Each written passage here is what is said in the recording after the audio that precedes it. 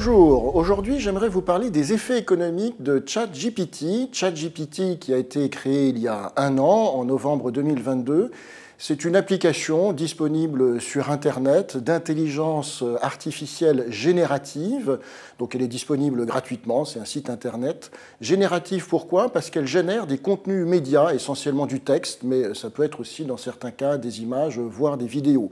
Et donc vous rentrez une question sur ChatGPT en langage courant et à peu près dans la seconde, elle vous répond en quelques paragraphes en langage courant aussi. Alors, est-ce qu'il s'agit d'une révolution technologique? A priori, non. Sur ce petit diagramme, vous voyez, je dirais, la filiation technologique de ChatGPT.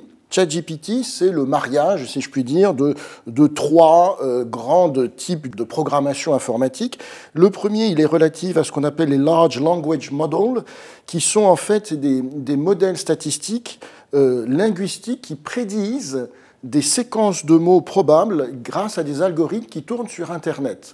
Donc en fait, ça vous répond en langage courant, non pas parce que ça réfléchit en langage courant, mais parce que ça applique des modèles statistiques qui reproduisent en fait des alliances de mots qu'ils trouvent déjà sur Internet. Ensuite, il s'agit d'intelligence artificielle, donc ce sont des algorithmes auto-apprenants qui affinent leurs prédictions, qui affinent leurs résultats au fur et à mesure qu'on les alimente en nouvelles données. Et puis l'avantage aussi de ChatGPT, c'est qu'il utilise des données, ce qu'on appelle des données massives et non structurées, à savoir à peu près 175 milliards de documents sur Internet, des pages web, des livres numérisés, des pages Wikipédia, des réseaux sociaux. Tout cela n'est pas standardisé en termes de format de données, mais ChatGPT manie tout cela. Et avec la chute du coût de la capacité de calcul, ça vous permet d'avoir des réponses en langage courant, en un clin d'œil, sur une quasi-infinité de questions que vous pouvez poser à ChatGPT. Alors, ce n'est pas une révolution technologique, par contre, c'est clair que c'est un nouveau service. Et la grande différence, c'est que ChatGPT permet d'automatiser des tâches qui jusqu'ici ne l'avaient pas été. L'informatisation de l'économie dans les années 90-2000, c'est un phénomène qui a automatisé des tâches répétitives, comme tout ce qui a trait, par exemple, à la manipulation d'informations, à l'archivage, des tâches comptables, par exemple. Mais jusqu'ici, on n'avait pas trouvé de moyen d'automatiser certaines tâches intellectuelles, cognitives, non répétitives, comme par exemple rédiger un document, formuler une proposition, préparer une lettre de réponse, par exemple, sur certains points de droit social ou droit du travail, dans des situations très simples. Avec ChatGPT, en fait, qui brasse des réponses probables à partir d'Internet, on peut, en fait, produire des contenus de texte qui apportent des réponses cognitives, intellectuelles, simples, à des cas simples. Par exemple, il y avait une étude de Harvard qui montrait que même des experts, des travailleurs intellectuels, consacraient 30 à 40% de leur temps dans des tâches à faible valeur ajoutée et qui pouvaient être déléguées, par exemple des réponses de type un peu automatique, de la paperasserie, de la réunionnite. Et tout ça, en fait, ChatGPT pourrait prendre ça et donc décharger des travailleurs, des experts, de tâches à faible valeur ajoutée. Par exemple, ChatGPT peut être utilisé pour screener de larges pans de texte. Par exemple, je pense à tout ce qui est texte juridique, texte de réglementation, texte de compliance dans les banques, et vous donner une réponse probable à une question simple sur des questions de compliance. Ça fait gagner beaucoup de temps, par exemple, chez les cabinets d'avocats.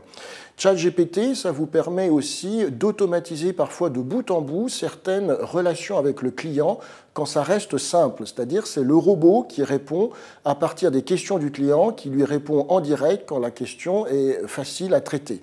Finalement, ChatGPT, de ce point de vue-là, c'est l'aboutissement ultime du chatbot qui répond aux clients. Et de fait, des entreprises comme Bank of America ont automatisé de bout en bout certaines chaînes de traitement du client. Ça permet aussi de voir quels sont les types de questions qui remontent de la clientèle. Et ça permet d'être plus rapide et d'employer moins de gens pour traiter des demandes banales. Alors, il y a une équipe de chercheurs en économie de Stanford et du MIT aux États-Unis qui ont réalisé une étude sur les effets économiques de ChatGPT sur 5000 assistants de clientèle dans le secteur informatique.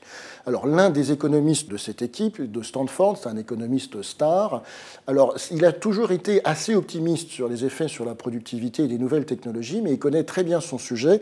Et c'est l'une des premières études à haut niveau qui va prochainement être publiée dans les meilleures revues académiques sur les effets économiques de ChatGPT. Et donc, il teste en fait les effets de ChatGPT sur 5000 assistants de clientèle informatique, selon qu'ils sont aidés par ChatGPT pour donner en temps réel des éléments de réponse à leurs clients ou pas. Alors vous pouvez regarder sur ces graphiques en forme de cloches. Ce qu'il faut regarder, c'est les cloches rouges et les cloches mauves. Les cloches rouges, en fait, c'est la distribution des assistants de clientèle selon le nombre de cas auxquels ils apportent une solution chaque heure. Par exemple, en haut du graphique, vous voyez qu'en moyenne, les assistants de clientèle, ils résolvent sans ChatGPT à peu près 1,8 cas par heure. Et avec ChatGPT, en moyenne, ils en résolvent 2,5. En bas à gauche, vous voyez le temps de traitement moyen par client des assistants de clientèle. Avant ChatGPT, 40 minutes. Avec ChatGPT, 30 minutes. Qu'est-ce qui s'est passé? En fait, ce qui est intéressant de voir, c'est, premier effet, en moyenne, la productivité des assistants de clientèle a augmenté de 14%. Mais cet effet est très variable selon en fait l'ancienneté des assistants de clientèle. Pour ceux qui viennent d'arriver, pour ceux qui sont peu expérimentés, le fait d'avoir un tutoring en temps réel de ChatGPT augmente leur productivité de près de 40%. Pourquoi? Parce qu'en fait, ChatGPT, il visualise les réponses des conseillers de clientèle plus expérimentés, plus productifs, qui ont l'habitude de traiter des clients, et via son algorithme qui observe en fait les comportements des meilleurs gestionnaires de clientèle, en fait, il donne des réponses aux petits jeunes qui arrivent, qui bénéficient de l'expérience des anciens. Et en fait, ce qui est intéressant, c'est de voir que les gains de productivité des assistants de clientèle qui ont plus d'un an d'ancienneté sont pratiquement pas impactés par ChatGPT parce que, en fait, c'est eux qui alimentent ChatGPT de leur expérience. Donc, dans cette situation-là de traitement de la relation client, ChatGPT a permis de diffuser les bonnes pratiques productives et le bon service des conseillers de clientèle expérimentés aux petits jeunes. Et au fur et à mesure que les petits jeunes prennent de l'ancienneté, eh bien, en fait, l'apport de l'assistance de ChatGPT diminue. En tout cas, l'effet est significatif et il est vraiment important. L'une des nouveautés aussi de ChatGPT, c'est que contrairement à d'autres applications d'intelligence artificielle, il n'y a pas besoin d'être un pro de la gestion de bases de données, de l'algorithmique ou de la statistique computationnelle. L'emploi de ChatGPT, il est très simple pour les entreprises. Il n'y a pas vraiment besoin de formation particulière pour créer de nouvelles compétences du point de vue RH. Alors, l'outil de ChatGPT, c'est clair, il a des limites et il faut en être très conscient. Bon, le premier, c'est que la base de données qu'utilise ChatGPT, elle n'est pas mise à jour en temps réel. Aujourd'hui, on est en décembre 2023, la base utilisée par ChatGPT, c'est Internet, Wikipédia, tous les documents que je vous ai cités, à janvier 2022. Donc, par exemple, l'étude de Stanford et du MIT que je vous ai citée, qui date de 3 semaines, ChatGPT ne la connaît pas aujourd'hui et il ne va pas la connaître avant pas mal de temps.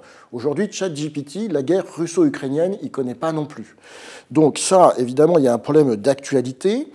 Il y a un problème évidemment de vérité, c'est que ChatGPT, ça brasse Internet. Donc Internet, il y a beaucoup de mésinformations, de fausses informations, il y a beaucoup de choses intéressantes, c'est sûr, mais c'est ce qu'on appelle en économie garbage in, garbage out. C'est-à-dire que si vous nourrissez votre modèle avec des données qui ne sont pas très bonnes, bah, les résultats finaux ne vont pas être très très bons non plus.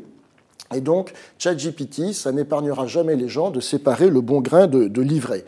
Il y a aussi un problème de logique, c'est-à-dire que ChatGPT, il vous fait des réponses sous forme, je dirais, de points ponctuels, mais il n'y a pas de raisonnement par cause et effet, de raisonnement hypothético-déductif. ChatGPT, encore une fois, c'est de la statistique, ce n'est pas des enchaînements de cause à effet. Et puis, il y a aussi des problèmes d'originalité des données, parce que par construction, ChatGPT va vous donner la réponse moyenne d'Internet à un sujet. Donc, une opinion très minoritaire, même très pertinente, ou qui serait très pertinente pour votre entreprise, elle ne passera pas le screen statistique de ChatGPT. Donc là aussi, c'est une limite. Alors, en conclusion, est-ce que c'est une révolution? Non. Est-ce que c'est un nouveau service très utile? Oui. Est-ce que ça va se substituer à des emplois très qualifiés? A priori, pas trop, sauf dans quelques cas particuliers. ChatGPT, ça va surtout être un outil complémentaire qui va augmenter la productivité de pas mal d'emplois cognitifs et à tâches non répétitives. Maintenant, il faut avoir en tête que ChatGPT remue Internet et tout ce qui s'y trouve, le bon, le moins bon et le pire. Et donc, pour cette raison-là, c'est un outil qui permet de gagner du temps quand on doit produire des documents écrits rapidement ou de parcourir rapidement un sujet dans ses grandes lignes, mais ça ne va pas se substituer à l'expertise pointue ou aux idées nouvelles. Or, quand on a des décisions stratégiques à prendre, ou à faire évoluer un business model, eh bien, ce qui compte, c'est l'expertise pointue et les idées nouvelles. Donc, l'intelligence humaine a encore de beaux jours devant elle. Elle pourra utiliser ChatGPT pour être plus productive.